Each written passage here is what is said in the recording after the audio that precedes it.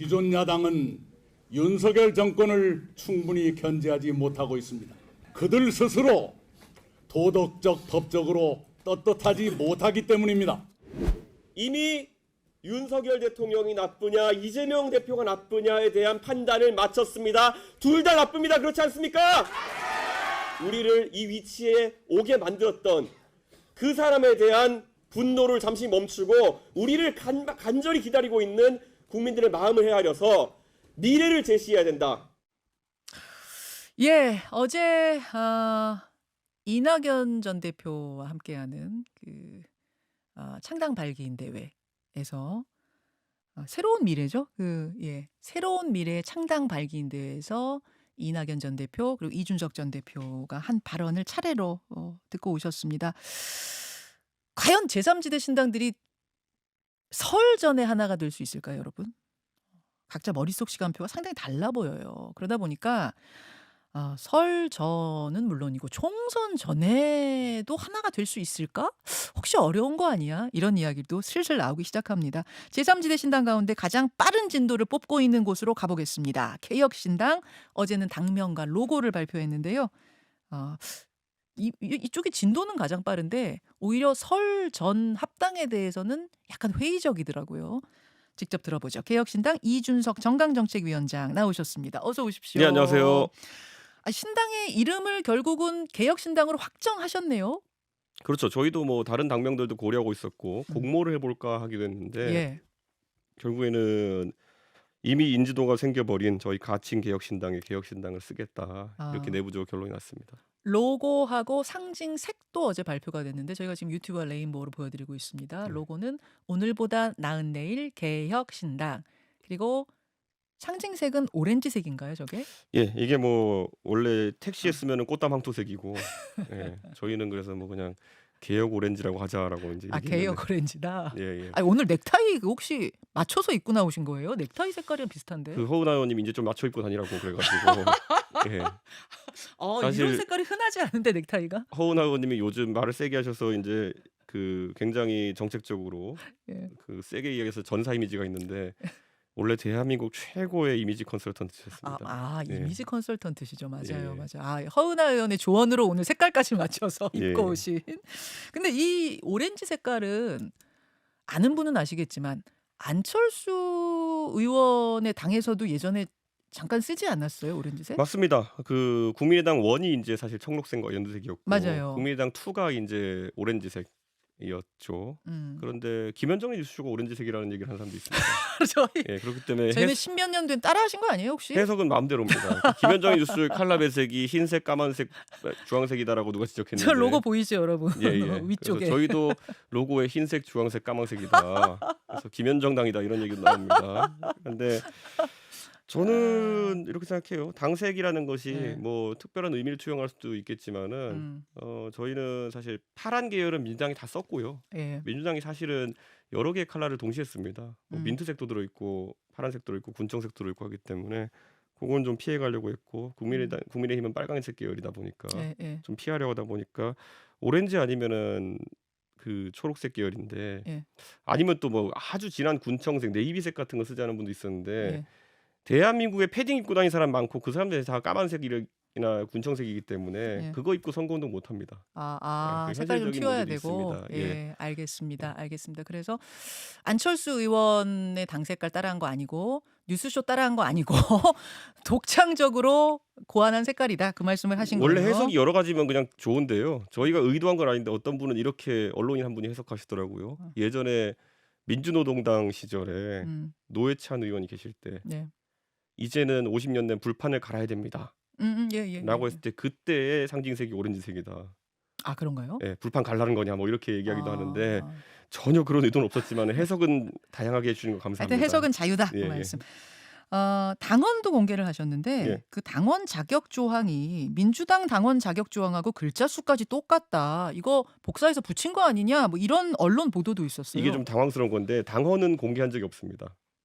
이게 뭐냐면 당헌은 원래 저희가 이제 창당 대회를 20일 날 하기 때문에 예. 그때 공개하는 겁니다. 예. 그래서 이제 이거는 뭐냐면 온라인 당원 가입 사이트에 보면은 저희가 이제 창당 준비 과정에서 당원 준비하는 팀과 그리고 온라인 사이트 개설하는 팀이 따로 있습니다. 예, 예. 근데 아무래도 온라인 사이트 개설하는 팀이 더 빠르게 움직이다 보니까 저희 당원이 나오지 않은 상태에서 이걸 먼저 사이트 오픈한 거예요. 그러다 보니까 여기서는 그러니까 우리가 보통 필러라고 하거든요. 필러로 그 안에다 그걸 채워놨는데 우리 게 나온 다음에 바꿔치기를 안 한 겁니다. 아, 그러면은 이게 민주당께 잘못 들어간 건 맞아요? 네, 그래서 저희가 이제 이거 개발하는 쪽에서 예, 예. 사실은 모델처럼 지금 집어넣어 놓은 거예요, 그렇죠, 그러면은? 필러로 왜냐하면 당원 가입하는 데 있어서 아. 선관위에 요구하는 사항들이 있습니다. 예, 예, 예. 그래서 국민의힘의 온라인 당원 가입 사이트와 민주당의 온라인 당원 가입 사이트에 있는 그 내용들, 예를 들어 뭘 받아야 되느냐, 약간 내용들. 샘플처럼 쓴 거다. 네, 그래서 보통 사이트 만들 때 로렘 입순 뭐 이런 거 쓰는데 음. 그게 아니라 퍼와서 이제 넣어놨다가 알겠습니다. 저희 당원 당규는 그래서 당원 조항을 보면은 완전히 다릅니다, 민주당이랑. 그래서 이거는 기술적인 문제였고 저희가 창당 준비 과정에서 성급하게 하다가 잘못한 건 맞습니다. 그나저나 지금 뭉칠 수 있는 세력이 한 5개 정도가 되죠. 개혁신당, 새로운 미래, 새로운 선택, 미래대연합, 네. 한국의 희망.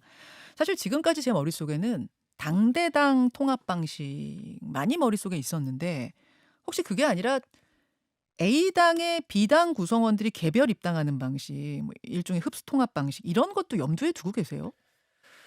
저는 저희가 이제 음식점을 차리려 그러면은 예. 사실 음식 맛이 좋은 게 제일 중요한 거지 다른 거는 크게 따지고 싶지 않습니다. 지금 저는 소위 말하면은 국민들이 바라보고 있는 큰 두 덩어리는 네. 결국에는 민주 진보 진영에서 이재명 대표와의 갈등이나 정의당 내 노선 갈등으로 인해 가지고 신당을 추진하는 세력 음. 그리고 보수 정당에서 이제 보수 개혁을 위해 가지고 밖에 나와 있는 세력 이 두 가지가 크게 보이는 겁니다. 예, 예. 이걸 아무리 잘게 나눠 가지고 분절해 가지고 우리는 5개요 6개요 한다 하더라도 예. 크게는 두 덩어리인 겁니다. 저는 그 관점을 바탕으로 국민들이 아마 제3지대라고 하는 곳에 관심을 갖지 않을까. 제가 가끔 이제 비유를 하는데 그 대학가 이런 데 가보면요. 네, 네. 주방은 하나인데 그 집에서 냉면도 하고 중국집도 하고 그리고 돈가스도 하고 이래 가지고 예. 광고판을 3개씩 돌리는 집들이 있어요. 있죠. 근데 예. 전화해 보면 똑같은 사람이 받습니다. 음. 그거를 하나의 집으로 볼 것이냐 아니면 3개의 집으로 볼 것이냐 이런 거는 냉정하게 국민들이 판단할 거거든요. 아. 그러니까 저는 그래서 지금 굉장히 지금 국민들에게 혼란을 줄 수 있는 네. 너무 다양한 주체들이 나서게 되면은 예. 저는 그건 좀 오해를 살 수 있다 국민들에게. 그러면 이준석 위원장 머릿속에는 일단은 대략 큰 덩어리 두 덩어리로 합한 다음에 하나가 된 다음에 이 두 덩어리가 연합하는 방식 그게 뭐 연대든 합당이든 함께하는 방식 이게 제일 지름길이라고 보세요? 저는 형식은 크게 아직까지 고민해 보진 않았지만은 예. 예를 들어 저는 그 주체들의 개인적인 어떤 리더격으로 계신 분들과 대화를 많이 합니다. 예. 그런데 저는 뭐 예를 들어 금태섭 의원님 같은 경우에는 생각을 나누어 보니까 본인이 굉장히 헌신하는 위치로 가겠다는 생각이 있으시더라고요. 예, 예. 그렇기 때문에 앞장서지 않아도 된다. 내가. 우리가 바라보는 것처럼 그렇게 각자 지금 개별 주체가 다 모두가 빈다는 형태로 가진 또 않을 수도 있다. 1대1대1대1대1이 아니어도 된다. 아니, 그건 솔직히 말하면 개혁신당 입장 누가 하겠습니까 그거를. 아. 저희 내부 구성원들도 지금 굉장히 그거에 대해서 부정적인 의견인데. 제가 그래서 질문 드리는 거예요. 네. 사실은 지금 사이즈들이 다 다르고 당원 모집한 것도 다 다르고 다른 상황에서 1대1대1대1대 1에 합당이 되는 건지 아니면 어디가 어디로 약간 이렇게 들어가는 방식으로 되는 건지 이런 게 좀 혼란스러워서요. 그러니까 만약에 의도가 저희가 예를 들어 그런 뭐 1대1대1대1대1의 구도를 만들 생각이었으면요. 이준석 당하고 천하람당이 따로 나올 수도 있었겠죠. 근데 그런 건 굉장히 정치공학적이고 국민들은 관심도 없는 것이기 때문에 예. 저는 그런 분절은 의미가 없다. 결국에는 국민들이 어떤 지도자들에게 힘을 몰아주느냐가 가장 큰 관건일 것이다. 그래서 개혁신당은 지금 뭐 이렇게 생각합니다. 결국엔 3가지 경쟁이 있는데요. 제3지대 내에서의 누가 가장 개혁 성향에 뛰어나냐를 위한 경쟁이 하나 있고요. 예. 그리고 결국에는 그 제3지대가 어떤 성과를 이루게 되면은 거대 양당과의 경쟁이 또 있을 것이고요. 근데 이 모든 것을 뛰어넘어서 가장 중요한 경쟁은 내 스스로의 욕심과의 경쟁일 것이다. 저는 그런 생각을 합니다. 그래서 저는 지금도 제3지대에 있다고 하는 이제 의원님들이나 아니면 이런 분들과 상의하면서 이런 이야기를 솔직히 했어요. 의원님 저희가 지금 어떻게 합치냐 갖고 얘기하자고 나오지 않았으면 좋겠다. 네, 저는 의원님들 개인에 대해 굉장한 호감을 가지고 항상 대화를 하지만은 사실 가장 중요한 거는 누가 가장 현실적인 대안을 내느냐라는 거거든요. 예. 그러다 보니까 개혁신당은 뭐 이 여러 제 세력 중에서 유일하게 이제 공약이나 정책 발표를 계속 하고 있지 않습니까? 오늘 더 허은하 의원님이 아마 이제 정책 발표를 할 텐데 허은하 의원님은 또 기업을 하신 경험도 있고 기업 컨설팅도 하신 경험이 있고 하다 보니까 기업의 자유에 대한 얘기를 좀 많이 하실 겁니다. 네. 자, 그 얘기하기 전에 네. 하나만 질문하고 예. 넘어갈게요. 그렇다면은 아주 현실적인 문제. 나중에 이제 비례를 어떤 식으로 순서를 정할 거냐, 뭐 이런 현실적인 문제에 닥치게 되면 이게 합당이 쉽지 않을 거다. 그래서 결과적으로는 빅 텐트, 큰 집에서 하나로 모이는 건 쉽지 않을 거다라는 게 어제 김종인 위원장의 어떤 전망이셨거든요. 그 부분에 대해서는 어떻게 보세요? 김종인 위원장이 정확하게 보셨겠죠. 예. 김종인 위원장도 사실 정계 개편에 여러 번 참여해 보셨고 예. 무엇보다도 정치에 대해서 이해관계 없이 판단을 하시고 말씀하시는 분이기 때문에 저도 그리고 굳이 말하자면은 제가 참 나이 40이 오래됐는데 한국 나이로 예. 제가 어쩌다 보니까 파란만장하게 합당이나 창당 이런 걸 많이 경험해 왔습니다. 예. 그렇기 때문에 앞에 나오는 뭐 약간 좋은 게 좋은 거지 하는 이야기들은 저도 안 믿고 국민도 안 믿는다. 예. 이런 걸 두리뭉실하게 하고 넘어가면은 나중에 가가지고 국민도 속고 나도 속았다 할 수밖에 없는 거거든요. 그래서 저희는 사실 이런 제 세력 간의 연대 대화보다는 저희는 개혁적인 정책들 내는 것에 우선 한 1, 2주간은 주력할 생각입니다. 낙준연대, 즉 낙준 합당이 어려울 거다라는 김종인 위원장 말씀에는 동의하기 어렵습니까? 저는 김종인 위원장이 어렵다고 하는 것은 현실론이고요. 네. 결국 현실론을 뛰어넘는 누군가의 판단들이 있다고 한다면은 저는 가능할 수도 있다라는 생각을 합니다. 서로 양보한다면 가능하다 이렇게 보시죠. 성공의 조건을 뭐 어떻게 저는 보시는 이렇게 거예요? 생각합니다. 양보랑은 좀 개념이 다른데요. 네. 파격일 겁니다. 파격? 예. 어쩌면은 누군가 기대하기 어려웠던 수준의 도전이라든지 이런 것들이 큰 변화를 만들어낼 수 있다. 예를 들어 이낙연 총리께서는 지금 신당 추진하시면서 예. 나는 사심이 없다라는 말 계속하세요. 예. 예. 그리고 이제 그러기 위해서 이번에 총선도 불출마하시겠다 뭐 이런 말씀하시고 하는데요. 예. 제가 연령대가 좀 차이 나서 그런지 저는 사심 없는 도전의 결과물이 불출마인 건 약간 제 문법으로는 이해가 안 갑니다. 왜 그럴까요? 저는 마찬가지로 제가 신당을 추진하면서 저는 가장 어려운 전장에서 뛰는 도전을 하겠다라고 했거든요. 어려운 지역구 가겠다. 그러니까 냉정하게 저는 지도자라 그러면은 언제나 성적표를 받아들일 용기가 있어야 된다 생각합니다. 때로는 그것이 박한 성적표이든 아니면 때로는 좋은 성적표이든 시험을 계속 봐야 내 성적이 측정되는 거거든요. 근데 지금 상황에서 제가 이렇게 그냥 솔직하게 말씀드리면은 그러면은 이낙연 총리께서 대통령 빼고 다 해보신 분인데 예. 사심이 없으시면 왜 창당을 하시지? 아. 전 이런 생각하거든요. 그 정도로 내려놓고 양보하겠다 뭐 이런 거 아니에요? 앞에 나서지 않겠다? 이런 거죠. 그러니까 지금 그러다 보니까 원칙과 상식에 있던 의원님들은 사실 대선 불출마를 하시라는 의미로 이렇게 이낙연 총리한테 얘기했다는 얘기도 들려요. 소문이 들리죠. 그래서 저는 이렇게 말씀드릴게요. 저는 오히려 그 입장에 또 반대인 게 정치인이 나의 목표와 그리고 공익적인 목표가 일치했을 때 최고의 결과를 내는 거거든요. 예. 그러니까 양당 체제를 타파하고 새로운 정치를 하겠다는 공익적인 목표와 내가 더 높은 자리에 가겠다는 목표가 일치했을 때 정말 69시간 노동을 하는 거거든요. 예. 네, 그런데 그게 아니라 약간 그 궤가 다르면 나는 정말 사심 없는 사람이야. 그건 나는 총리까지 해보고 더 이상 할 게 없어. 그러면 애초에 비논리적이거든요. 그거는. 그러니까 저는 오히려 이낙연 총리님도 그렇고 참여하는 제 세력들이 네. 좀 더 야심가적인 측면이 돋보였으면 좋겠다. 이낙연 전 총리 그러면은 지역구 출마하셨으면 좋겠다 지금 권하시는 거예요. 물론 뭐 그렇게 될지 안 될지 모르겠지만 권하시는 하신다면 거예요. 저는 선봉에 서셔야 된다. 선봉에 서셔야 된다. 그 겸손하게 뒤로 빠지는 사람들 저도 솔직히 말하면 바른미래당이나 이런 거 예. 생각하면서 예. 겸손한 척 뒤로 빠지는 분들의 내심이 뭔지도 대충 알고 있고 그리고 결과도 어떤지도 대충 알고 있습니다. 그렇기 때문에 저는 그거는 제가 약간 기대하는 바는 아닙니다. 지금 무슨 질문을 하다 여기까지 왔냐면은 네. 결국 비례 순서 같은 거 정하고 이럴 때 네. 뭐 현실적인 어떤 각 당의 이해관계를 생각하다 보면 합당이 어렵지 않겠냐는 그 김종인 위원장의 전망에 네. 대한 질문이었어요. 저는 모든 국민의 지지라고 하는 건 정치인의 용기와 그리고 어떤 개혁성에서 나온다 봅니다. 근데 그걸 앞세워야 되는 거지. 겸손한 사람에게 표를 주는 국민이라고 하는 것은 이거는 양대 정당일 때나 가능한 거지. 그거는 그 제3지대 하겠다는 사람의 자세가 겸손함일 수는 없는 겁니다. 그러면 예를 들어 내려놓겠다. 예. 겸손함이 자세이라면요. 예.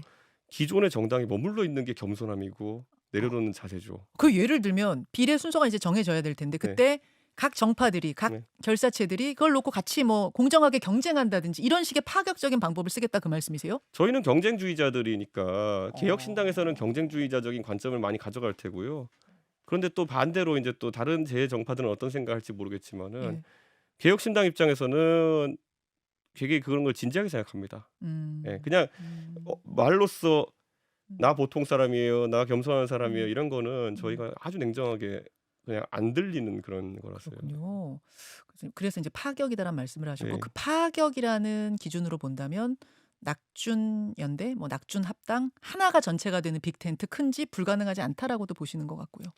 저는 뭐 그 낙준연대라는 표현은 좀 멸칭에 가깝다 보기 아, 때문에 그거 안 쓰세요? 어. 저는 뭐 그런데 뭐 국민들이 이렇게 부르면 받아들여야죠. 근데 리쌍 브라더스라든지 무슨 뭐라고요?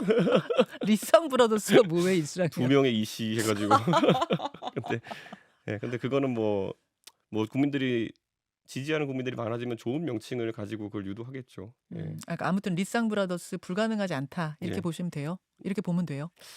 저는 뭐 닫아놓을 없다 생각합니다. 닫아놓을 이유 없다.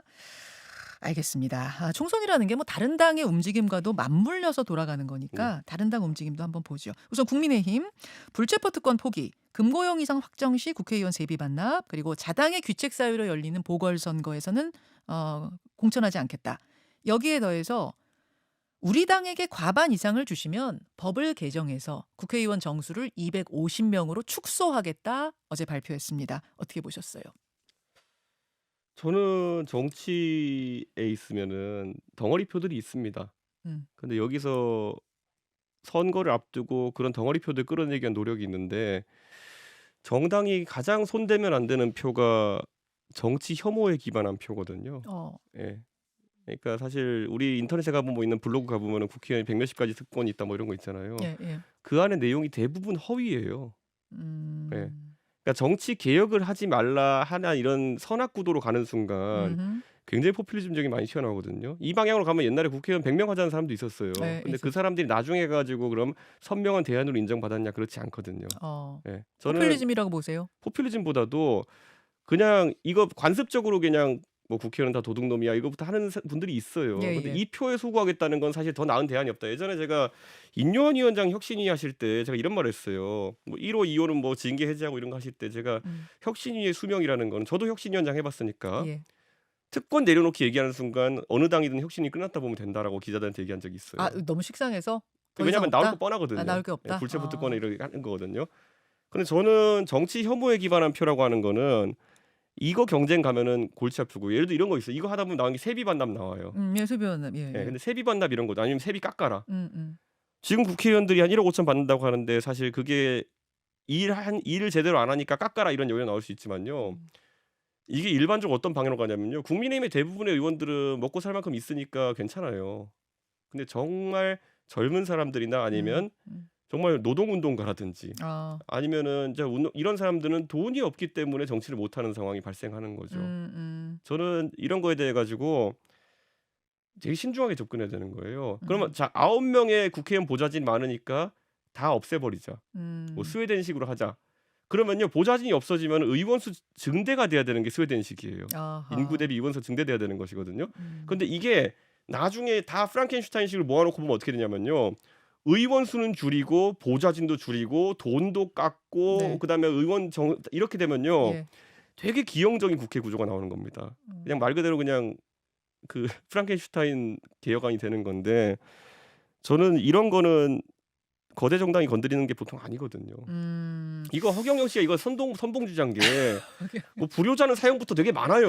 이게 그런데 이거 허경영 스타일 공약이라고 보세요, 이거 그럼? 그렇게까지 표현하고 싶지는 않습니다. 그런데 예를 들어 불효자는 사형 무슨 뭐 국회의원 다 줄이고 무슨 뭐 이거 끝에는 되게 프랑켄슈타인 같은 정치 기억이 나올 수밖에 없다. 아니 근데 국민들은 사실 그러시잖아요. 국회의원들이 도대체 뭐 하는지 모르겠다. 세비 받아갖고 맨날 쌈박질만 하고 팍 줄여 이런 말씀들 하긴 하시거든요. 자기 회사를 경영하는 사장이 예. 내 회사에 있는 직원들이 마음에 안 든다고 해가지고 직원 반으로 줄이고 직원 전부 다 임금 반으로 깎아버리겠다는 식의 경영적 판단을 하는 게 뭐 누가 있습니까? 그렇게 했을 때 오히려 회사가 좋아질 거라 생각하는지. 그러니까 저는 그런 부분에 대해서 이렇게 보는 게 욱해서 하는 소리와 정치가 연원 달라야 된다. 또는 욱해서 하는 사람들의 말을 반영할 것이 아니라 음흠. 진짜 대한민국의 미래에 대해서 개혁에 대해 관심 있는 사람들이 어떻게 고찰하느냐를 이제 살펴야 되는 거거든요. 그러니까 국민들의 그 마음을 이해 못하는 건 아니지만 그 방향이 아니라 정치를 개선하는 방향으로 가야 된다. 뭐 그런 말씀이신 아니 것 같아요. 대한민국에 그 자식이 불효한다 생각하는 사람 얼마나 많겠어요. 예, 그렇다고 불효자라는 사형해버리면 되냐고요 그거를. 예. 그나저나 한동훈 위원장의 과거 출근길 그 커피와 도넛을 든 사진을 두고 네. 집부터 법무부까지 동선에는 그 브랜드를 살 수가 없다. 매장이 없다. 이거 기획된 장면이다라고 이준석 위원장이 어디서 말씀을 음. 하셨는데 알고 보니까 이게 서울역에 들러서 산 거다 해가지고 이거 이준석 위원장이 뭐 청담동 술자리급의 가짜뉴스 퍼뜨린 거 아니냐 뭐 이런 비판도 어제 나왔어요. 어제 그 내용 그저께 제가 그 얘기할 때는요. 이미지 컨설턴트가 한동훈 위원장에 붙어가지고 이런저런 조언을 하고 있다는 지적이었고요. 제가 무슨 대단한 뒷조사를 했겠습니까? 네이버 지도 켜놓고 과천과 그 파워페리스 사이에 음. 그 경로 찍어놓고 그래서 던킨도너츠가 있느냐 정도 본 거고요. 누가 제가 대단한 뒷조사하는 것처럼 얘기하는데 근데 그게 그리고 아니라고 지금 한 거거든요. 지금 주장이 결국에는 서울역에 내려가지고 던킨도너츠를 사가지고 본인 직접 사가지고 뭐 이렇게 타셨다 이런 건데요. 예. 그 주장의 진위에 대해 가지고는 뭐 제가 보탤 말이 없습니다. 왜냐하면 서울역에 던킨도너츠가 있다 정도의 지금 반박만 하고 있는 거거든요. 서울역에 있는 건 맞는데 동선상 저도 서울역 많이 가지만은 그걸 본인이 직접 사가지고 관용차에 탑승하시고 오셨다는 주장을 예. 저는 뭐 그렇게 말씀하시면 믿어드리겠습니다. 근데 제 입장에서는 이렇게 말씀드리는 게 이미지 컨설턴트에 대한 지적을 계속 하고 있는 거예요. 결국에는 지금 기획된 1992 티셔츠라고 하는 것도 나오고 그게 그럼 언제 출시된 것이냐. 처음에는 좌천된 다음에 롯데자이언츠 그 경기를 보러 가셨다고 하는데 사실 그게 아닌 것으로 드러나고 있고 송정 바닷길을 걸으면서 하셨다 그러는데 그것도 아닌 것처럼 나오고 있고 이게 그러니까 이 맥락이 왜 나왔는지 설명하는 과정 속에서 이렇게 한 거고 실제 모 언론사 논설위원이 던킨 찬양 글도 썼어요. 근데 뭐 이미지 컨설팅을 설사 받았다고 하더라도 그 자체가 문제는 아니지 않습니까? 그러니까 저 이거에 대해서 얘기하는 게 뭐냐면은 예. 정치 개혁에 있어 가지고 대선 행보를 하는 것이 중요하냐 아니면 정당 개혁을 하는 게 중요하냐에 대해서 얘기하다가 저는 이제 이미지 컨설팅에 대해 가지고 이 얘기한 것이고 저는 여기서 그냥 말씀드리자면요. 사실관계에 대해 가지고는 거기서 뭐 2시 20분까지 법무부로 복귀했다 이렇게만 부정한 것 같던데요. 저는 뭐 그거 해명대로 받아들이겠습니다. 예, 그와 별개로 제가 이미지 컨설팅에 대한 부분에 대해서 제가 지적하는 부분은 그건 당연히 유효한 겁니다. 알겠습니다. 이게 뭐 이제 막 가짜뉴스 논란으로까지 번지고 이래서 저는 오늘 이거는 제가 실수했습니다. 사과하겠습니다. 이러실 거라고 생각했는데 그거는 아니시네요.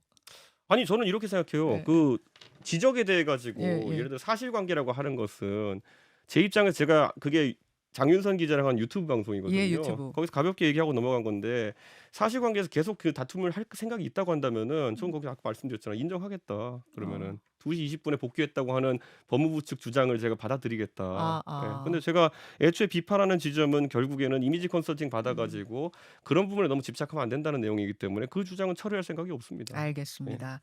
시간이 별로 없습니다만 민주당 이야기 하나만 하고 가겠습니다. 그 이재명 대표 피습 사건을 정부와 경찰이 은폐 축소하려고 하는 게 아니냐 해가지고 민주당 지도부가 경찰청 항의 방문도 하고 진상규명 재수사 촉구하는 규탄 대회도 열고 뭐 이런 분위기입니다. 권익위에서는 또 헬기 이송에 대해서 조사한다고 하고 요 피습 사건이 끝나는 게 아니라 좀 더 커지는 느낌이에요. 전 어떻게 보세요? 민주당은 왜 저런지 모르겠는데 특검이라는 말을까지 써가면서 이거를 수사하겠다고 했는데요. 특검은요 사실 경찰의 수사 은폐 축소라든지 아니면은 용산의 부당한 개입을 만약에 지적하고 싶으면요.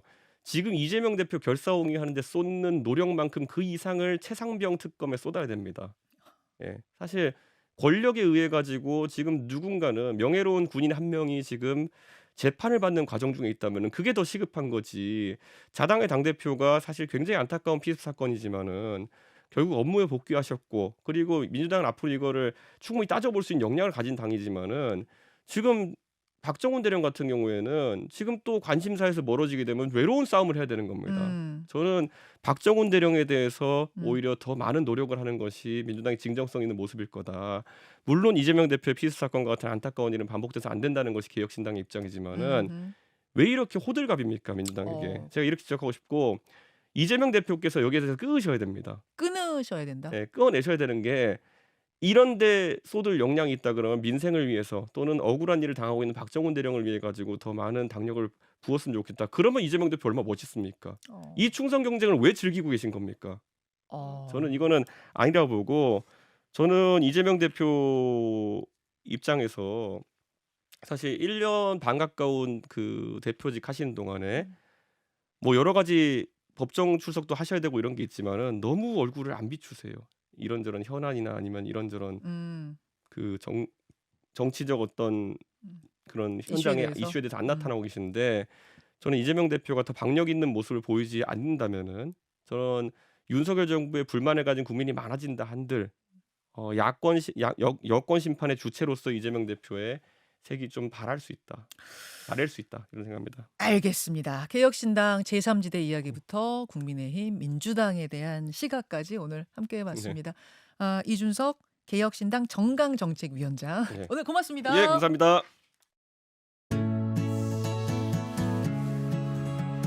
김현정의 뉴스쇼는 시청자 여러분의 참여를 기다립니다.